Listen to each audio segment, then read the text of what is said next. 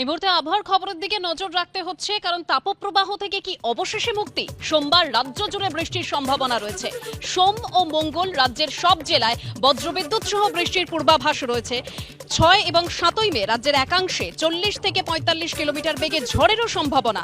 কাল 2 চব্বিশ পরগনা, উত্তরবঙ্গের 5 জেলায় হতে পারে হালকা বৃষ্টি। রবিবার বৃষ্টি হতে পারে কলকাতা, নদিয়া, মুর্শিদাবাদ, বীরভূম এবং মালদায়।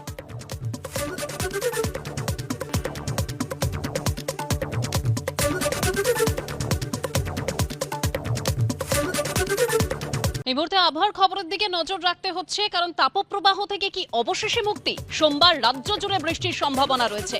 সোম ও মঙ্গল রাজ্যের সব জেলায় বজ্রবিদ্যুৎ সহ বৃষ্টির পূর্বাভাস রয়েছে। 6 এবং 7 মে রাজ্যের একাংশে 40 থেকে 45 কিলোমিটার বেগে ঝড়েরও সম্ভাবনা। কাল 2 চব্বিশ পরগনা, উত্তরবঙ্গের 5 জেলায় হতে পারে হালকা বৃষ্টি। রবিবার বৃষ্টি হতে পারে কলকাতা, নদিয়া, মুর্শিদাবাদ, বীরভূম এবং মালদায়।